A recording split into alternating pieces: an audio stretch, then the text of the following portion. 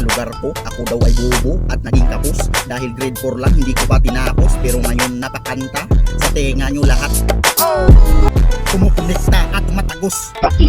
Nasaan na yung mga dati feeling boss? Para mahampas ko sa muka ng 2x2. Ito yung pinagsibihan nyo na bubo. Kumakanta, hindi nagsusulat, hindi rin nagpaplano. Pero pag nakalapag sa beat, parang lumilipad na aeroplano. Plano, ako na rin bahala sa manibela. Manibela, kahit wala ka naman makikita ang kalsada. Hey! O diba, napatungan nga kayo, tumingin kayo sa taas kung paano ko pinalipad ang mga tono na parang aeroplano. Utak lang ang gumagana, na bumaplano kung paano ipalipa rin. Para sila lahat mapapraning at mapailing. Marami na rin nagsasabi-sabi sa pangalan daw ni Freddy. Pag umalaw easy, masyadong suabe. Mas feeling easy. Pag ikaw ang napasabay, masabi mo sa sarili, what the fuck, you're crazy.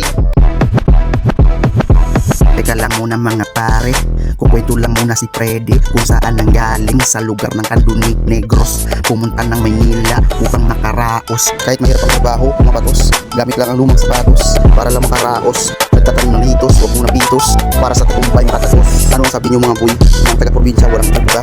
Diyan kayo nagkamali sa maling akala. Kahit taga-probinsya pero malakas ang buga, parang huli sa bala.